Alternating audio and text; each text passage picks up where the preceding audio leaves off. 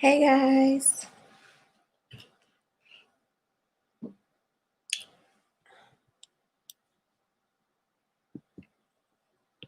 feel like I need to adjust my camera. Sorry. Okay.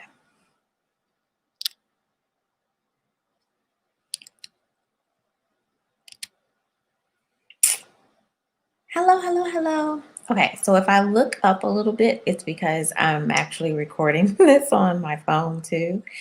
Um, yes. So welcome to another Hair Talk Tuesday. I need to share this on my personal page. Let's do that now. Hopefully you guys are doing well. I am great today. Today is a busy day, but I'm good, thankfully.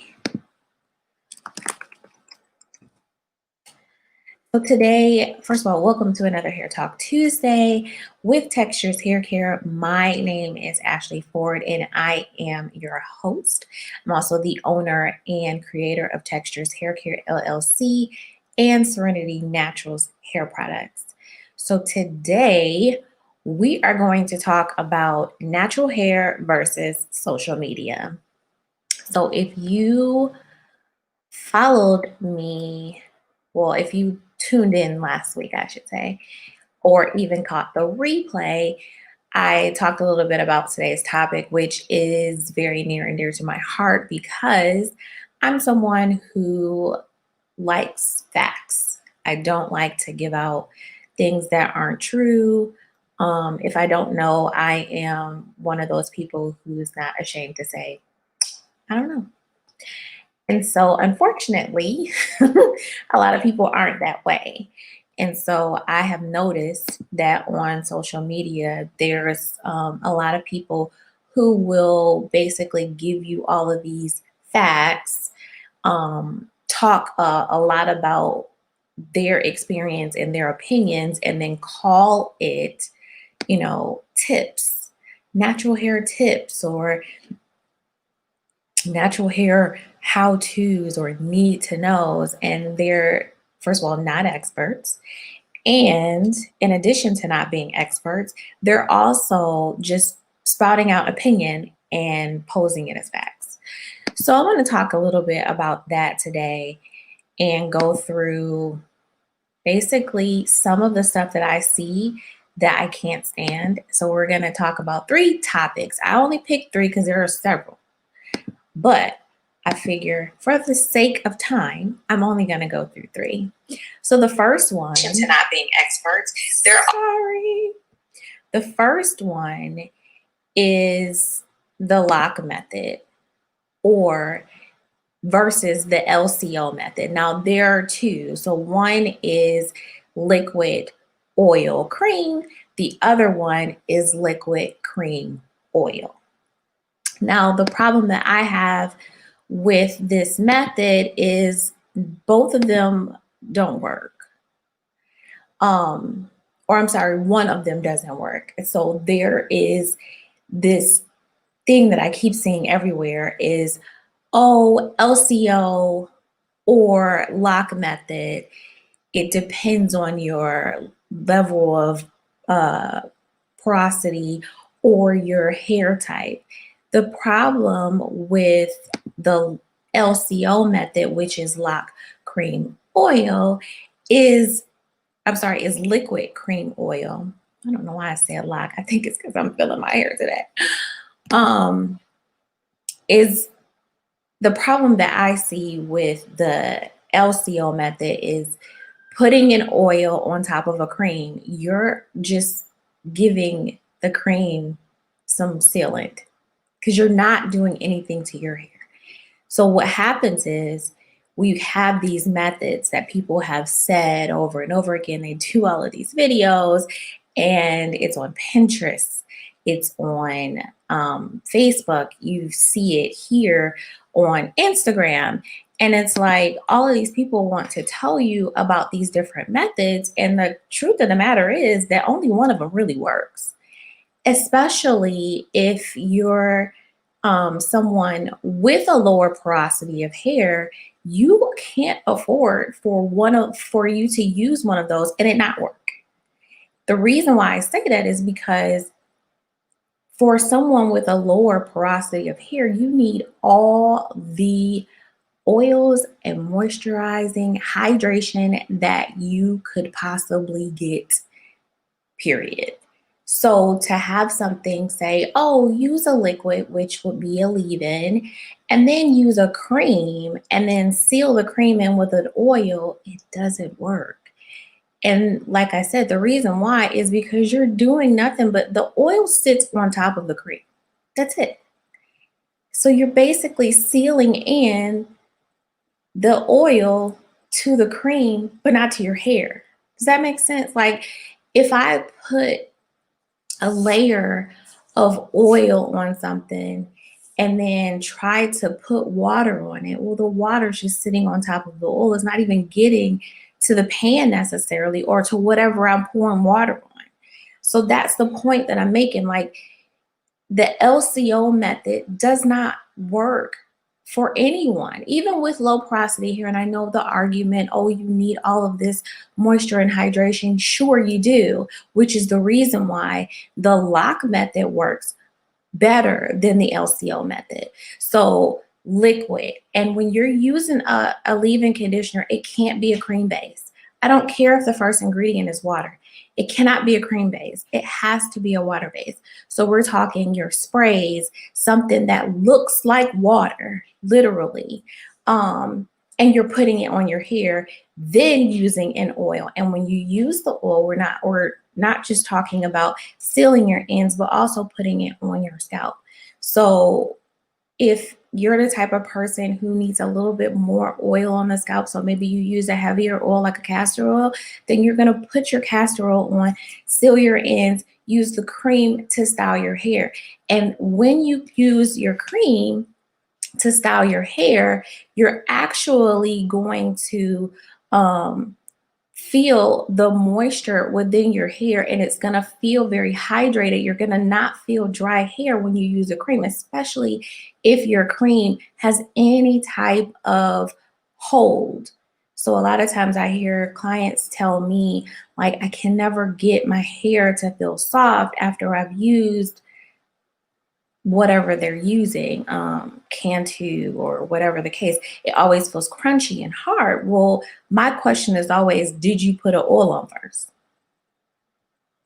If you didn't, it's always going to feel hard, no matter what you do, because you need to seal those ends and seal in that hydration that you would get from the oil before you put your cream on to style your hair.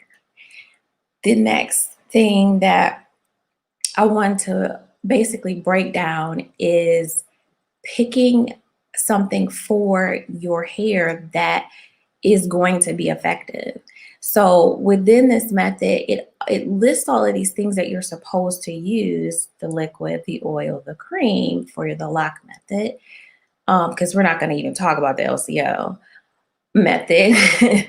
But for the lock method, using all of these different things that will help you to style your hair after you've shampooed and conditioned your hair. But nobody's talking to you about finding out what works best. They're just giving you opinion on social media. A lot of them are saying, oh, well, I use X, Y, and Z on my hair and I use blah, blah, blah.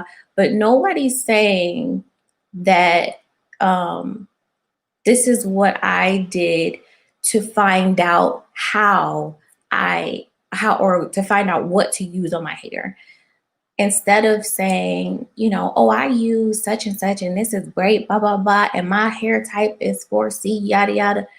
Great. That's awesome.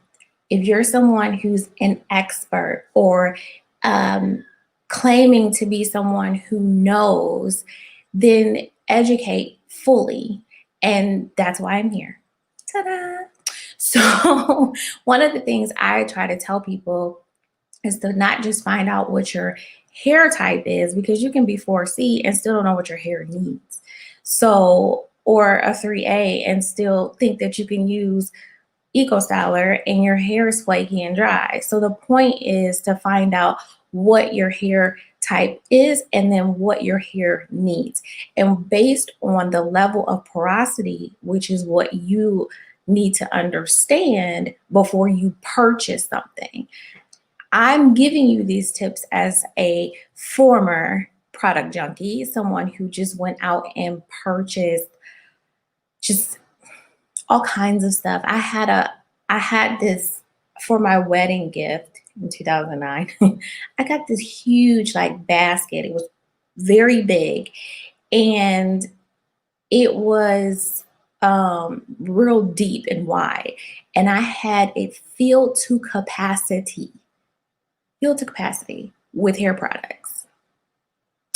All I'm saying is to save you money and time, let's learn your hair porosity. And I'm going to have a class on that. So please look out for that because I want to teach people about your hair. Like if you know that your hair is a 4B, well, what's your porosity level? I don't know. Most people don't know. And so then they still go and it's trial and error at that point, buying things that have nothing to do with your hair porosity and what your hair needs. And then you're buying stuff that's going to dry your hair out. So the next thing that I want to talk about that I see so many people do on social media, and not that it irritates me because did I do one? Because I have a YouTube channel, I don't think I did, but I wanted to, and I kind of thought twice about it, but it's shampooing your hair in the shower. Now, don't get me wrong, for those of you who do it, I'm someone who does it too. The problem that I have with the people who are showing you that they shampoo their hair in the shower is that they're not also showing you that they change the temperature of the shower in order to rinse their conditioner out. Slow links. So you're probably looking like, wait, what? Yeah. So you probably wash your hair in the shower, which is all good. I'm here for saving time. No problem, right? But if you're going to leave the water at the same temperature the entire time, including from the first shampoo to the conditioner, you just defeated the purpose. The reason being is because hot water gets rid of germs and bacteria and buildup in your hair. So when you're going to rinse your hair with the hot water, A+, that's all good. When you're shampooing your hair and the water is hot when you're rinsing the shampoo out, all good. Once the conditioner hits your head, we can no longer use hot water to rinse it out. If you do that, then you're basically stripping the conditioner out of your hair. And a lot of people on YouTube and Instagram that are doing these hair videos, they're shampooing their hair and not telling you what temperature the hair or the shower is supposed to be at. Then you're just sitting there going, oh, I'm gonna wash my hair in the shower and not changing it. And a lot of people don't know that you're not supposed to rinse the conditioner out on hot water. You just rinsed it out completely. You didn't rinse it out and got rid of it and still your hair feels quenched and great. No, you rinsed all of it out. And now you're trying to figure out why your hair is dry. Just saying. I can't stand that. And I think what these things that I'm bringing up are pet peeves of mine when it comes to natural hair and social media is because I like to educate people on what they're getting themselves into. I cannot stand, and I know people are going to do it. I don't mind. I would rather you ask me questions and I tell you than for you to just go blindly watch someone's video and go and do something. But I don't like when people sit in my chair and I talk to them about their experience because I'm not the type of person that will just go in and just start doing your hair. Like, can we have a conversation about what products you use? What's your experience like with your hair? Is it dry? Do you experience dry and flaky scalp? Do you flat iron your hair too much? Do you use heat? Do you blow dry a lot? Do you only style your hair with braids to the back because you throw a wig on. Like, I want to know all of those things. I'm not just going to be like, oh, this is the style you want. Okay, let's go and shampoo. I want to know. So a lot of times when people are telling me things, they're telling me stuff and they're giving me like, oh, I saw so and so do X, Y, and Z. And it's like, but did you comment and like ask them what they use exactly and how much and what temperature the water was or whatever? No, most people don't, because you're just looking at the video and going, oh, that's so cool, I can do it too. And then you're wondering why your hair is dry. Just saying. Just say, just saying. Anyway, so the moral of that story is, if you're not changing the water when you're shampooing and then going to a conditioner when you're washing your hair, period. Even if you're just washing it in the sink. And this is a lesson, especially for little girls, moms who have little girls, when you're shampooing and conditioning the hair, if you are not changing that water to be a little bit colder, and I'm not saying like lukewarm to cool, when you're rinsing out the conditioner and then you call me or text me and tell me that your daughter is experiencing dry scalp or dry hair, it's always dry, expect me to ask these questions, because these are the things that we talk about. And it's great to know, especially for people who don't. I mean, a lot of people don't know that. I've watched people, even in the salon, just everything's hot. And it's like, that's not doing anything, right? You just basically made the hair dry, and now you're gonna have to use twice the oil or something else that could cream or some kind of leave-in or something that's gonna give the hair some more hydration, because you just rinsed all the conditioner out of your hair fully. If you come out and your hair still squeaks, oh, I remember I had to be like 12. I used to go and get my hair pressed, a little press and curl. And I remember this lady told me that if the hair doesn't squeak, it's not clean. And a lot of people still abide by that.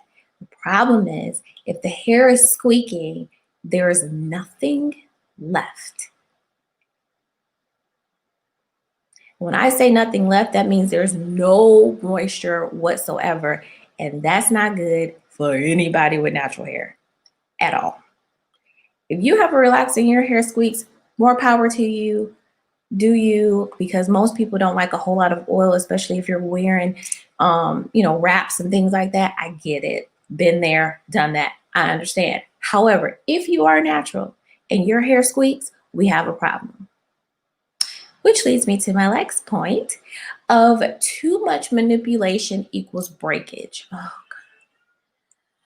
God. I'm going to tell you right now, every person, every video, every post, every pin on Pinterest that I see that says this, I want to take it and erase it. The reason why is because it's false. It's not true. I've been playing in my hair for years. And guess what? Stimulation equals growth. Not breakage, growth. Now, the difference in what they're trying to say is, if you're somebody who sits and picks at your hair, picks at your ends, if your hair is dry, and when I say dry, I mean like brittle, like just to the point where you can't, every time you touch it, it just feels like it's going to break. That's totally different. And that's a whole different scenario. But we're talking about just like, I'm doing this. I do this a lot to my hair. Do you know what? That's stimulation. That's not manipulation. And then if I'm styling my hair, still, that's not causing breakage. What causes breakage is if your hair is dry. Dryness causes breakage. That does not mean that if you are styling your hair, you have to put a ton of water in there, and that's going to cause it not to break, because that's not true either. So, and I'm telling you, people will sit. I watched a whole video, and it's someone that I respect. I'm not going to say her name, but it's somebody that I respect. I follow her. Her hair is amazing, and I appreciate her. However, I don't appreciate her false information because it's not true. And so her comment was that you can't style your hair on dry hair. Well, you shouldn't style your hair on dry hair. And I'm just going to let you know that that's not true. If you decided that you wanted to brush your hair up into a puff and the brush isn't wet or you didn't mist your hair, it's fine. Now, where it's not okay is if your hair is already dry. And what I mean by dry, not that you blow it dry, not that it air dried. When I say dry, I mean like when you touch it, it feels brittle dry. That's the difference.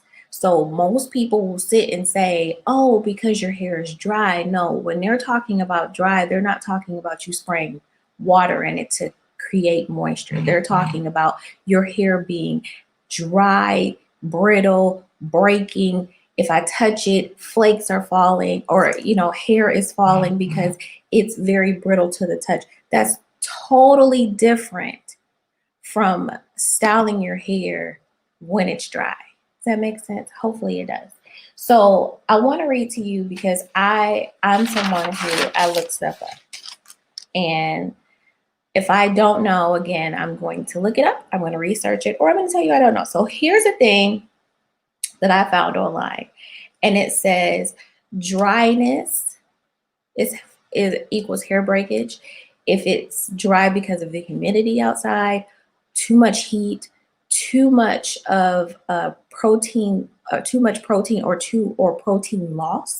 Those are all the things that cause your hair to break, not necessarily you styling it while it's dry. The thing that you want to, hold on one second before I start. So I'm getting a message, and unfortunately I can't. Okay, so the message says, I use water as hot as I can stand to shampoo, and I rinse my hair as cold as I can stand for the shafts. Like you comb it and the hair, pieces of hair in the sink, and you still have pieces of hair in the sink. Okay, so that is, so there's two different things happening, right? So you're shampooing your hair on hot water, great. Rinsing the conditioner off on cool water, perfect. The strands that you're seeing in the sink, however, is just shedding, normal shedding. Most people have normal shedding. Now, where it becomes a problem is if your shedding is a lot. Like if you have if you could feel the palm of your hand with hair, that's a problem.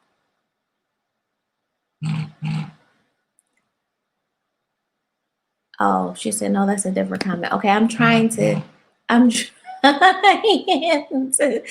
see your comments. Okay, she's in Facebook jail, so I'm trying to receive her messages and do this. Okay, I'm gonna go to the next one. You tell me what you're talking about. Okay, so preventing breakage would, if you're somebody who has dry hair and your hair, you've noticed split ends, you've noticed that the hair is brittle and that you can't seem to keep any type of hydration, even when you style your hair with a heavier cream, you're doing all of these things that are good measures, and your hair is still brittle and just dry to the touch. The thing that you can do is to, first of all, use a clarifying shampoo to get rid of the dirt when you're shampooing, and then use a hydrating shampoo following it. What you don't want to do is use something that's like a clarifier for both washes. So you should be washing your hair twice. And on that second wash, the second wash needs to be a hydrating shampoo. This will help to kind of put back what you've stripped, because the clarifying is going to strip all of the dirts, the oils, the grime, the grit, everything out. And so you want to put something back in there with a hydrating shampoo. Great hydrating shampoo is for somebody who doesn't have a license and needs to get something that is decent. If you go to somewhere like a Sally's, the Cara line is great. The Design Essentials line is great. And that, I think the Design Essentials is the avocado line. I can't remember the exact name of it. Those are great. They have a clarifier and a moisturizing shampoo. Both of those are excellent for natural hair, especially if you are looking for a good hydrating shampoo. The next thing that you need to do when you're conditioning your hair, if you're someone who is losing protein, your hair is going to be dry and brittle. So for you, for the next maybe, let's say, month or so, you may need to deep condition for so first of all, shampoo every 7 to 10 days, and then deep condition every time you shampoo for a good 4 times. Good month out of it. The reason why you want to do that is because you've lost enough protein and your hair is lacking the moisture that it needs. So you need to try to replenish as much as humanly possible. And then the next thing you want to do is, first of all, that first wash where you're trying to repair the hair, you need to get your ends trimmed. Trim off as much of the dead weight as you possibly can. And in some cases, that might mean a haircut. For some people, that may just be a couple inches. It just depends on how bad the hair is. So you're going to get your ends trimmed, and then every week after that, you're going to deep condition. Now, when I say deep condition, I mean like steam, sitting up under some type of heat with a cap on your head after you've put the conditioner on.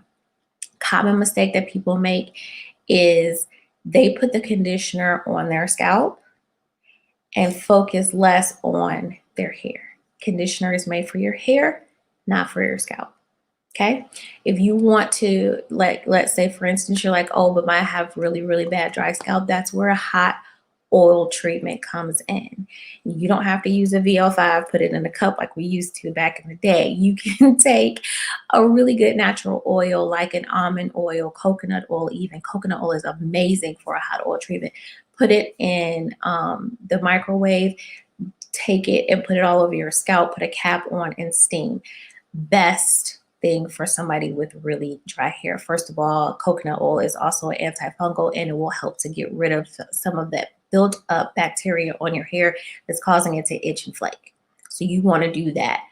The next thing is, once you're doing your conditioner, when you sit up under the dryer, rinse with cool water. I cannot stress that enough. Rinse with cool water when you use conditioner all the time. Just put it in your head. Cool, cool. Change it to cool. Change it to cool. Every time I do someone's hair, they can't stand it. I promise you, because they're like, oh, the hot water feels so good. And when I get that cold water going, most people hate it.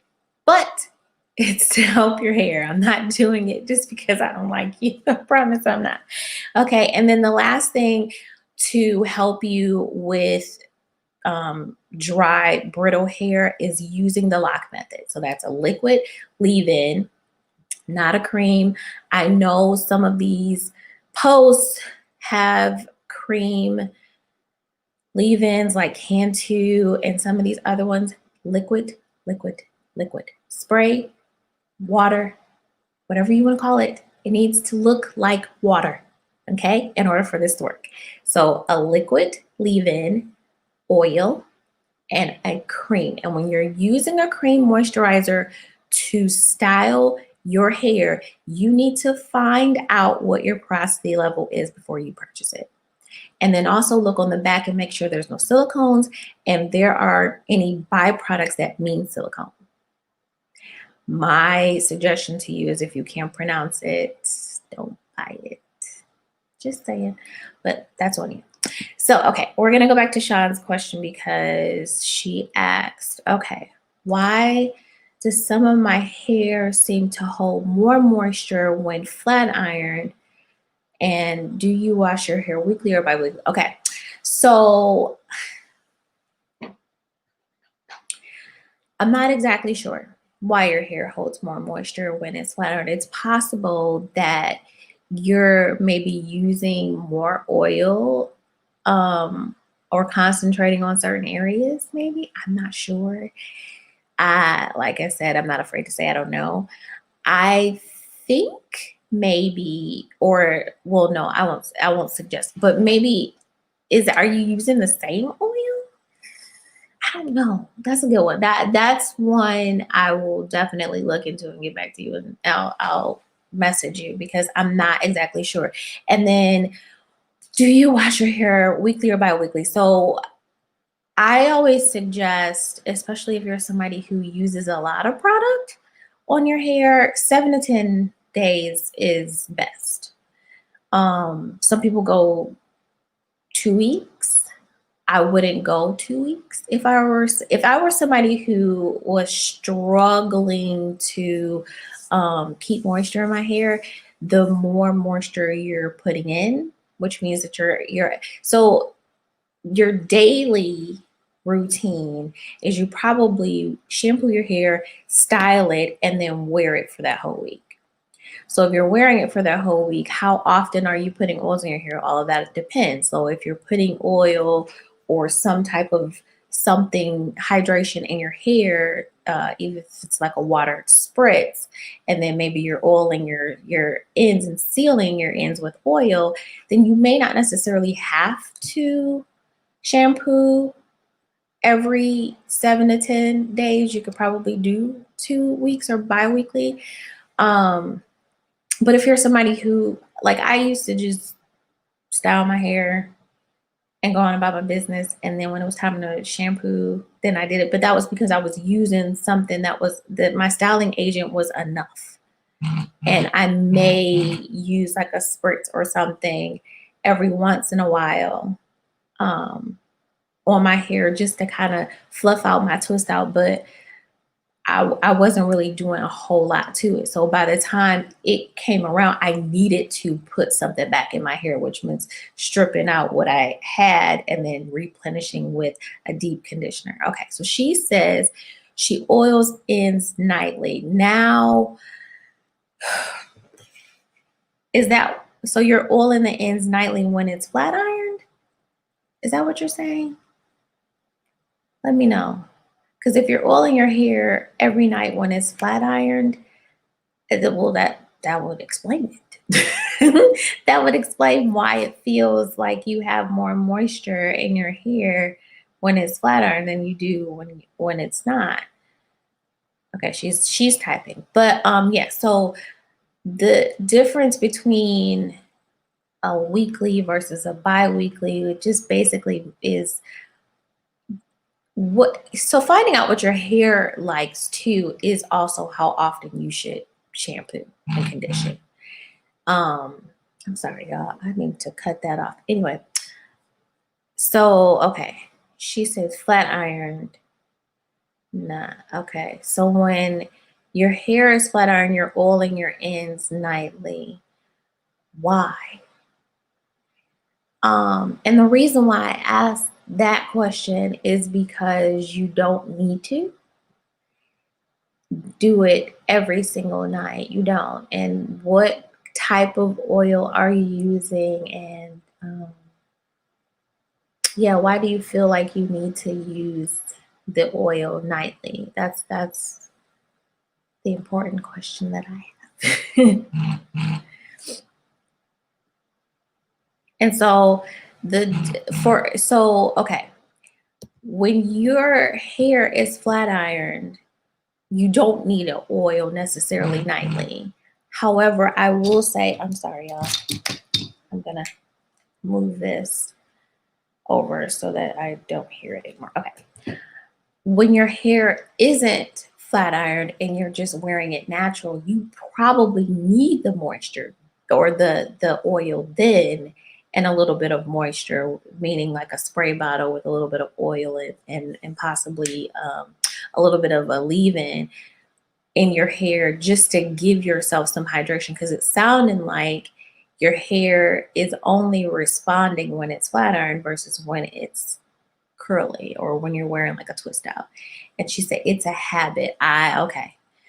Um, a lot of the things that we may have done when we were relaxed, we can't necessarily do when we're natural, and vice versa. So if you were somebody who realized that your hair was kind of like dry and just feeling a little brittle because of the chemicals in your hair when you were relaxed, transitioning over now being natural, training your hair is very important. So if your hair is used to you putting oil on it every single night while it's flat ironed, and then when it's not, then it's going to always feel a certain way whenever you do your hair. And then you're always going to think that my hair has to be flat ironed. That's the only way I'm going to keep some hydration in my hair. Well, that's not true. The thing of the or keep my hair oily and it doesn't feel dry and brittle. Well, you have to do the same thing, or at least transition over and train your hair when it's curly to also respond to oils and butters and a little bit of moisturizing mist too, so that it can feel the same way both ways. Does that make sense? Hopefully it does. Okay. Yay. All right. So I just shared 3 things that drive me crazy: natural hair versus social media. And I'm going to tell you what, there's so many more things that we could just go down a list and talk about, because a lot of people just, they think that by sharing their opinion, it makes it fact. And that's just not true. So, but that is why you have me here. And I'm going to continue to share my knowledge, and it is my pleasure to serve. So if you guys have any questions or any comments about today's video, please make sure that you comment on this video, send me a message, whatever you need to do, and I promise to respond. Thank you guys for tuning in to another Hair Talk Tuesday. Next week is going to be our last one for this month, because February is going to be very special. I want to, in light of Black History Month, even though it's Black History Month every month now, I want to shout out a few of my small business owner besties. I am super excited to have a tribe of women around me who own these amazing businesses. And so in light of Black History Month, I want to shout out all the Black girls who are doing their thing. So every Tuesday, maybe even some days outside of Tuesday, I'm going to do a video just kind of showing you about showing you some of the products that some of my besties have, and we're going to talk through their business, kind of shed a light on what they do and how they help me and what I love about their products and the things that they do. And maybe you will also support them the way that you support me. Yay! Share the love, right? So I don't want to just be someone who is promoting myself. I want to promote my friends too. So if you have a business, I'm going to promote you as well. Anywho, thank you guys for tuning in. Until next time, I am your host, Ashley Ford, and this is Hair Talk Tuesday with Textures Hair Care, and we will see you next week. Bye.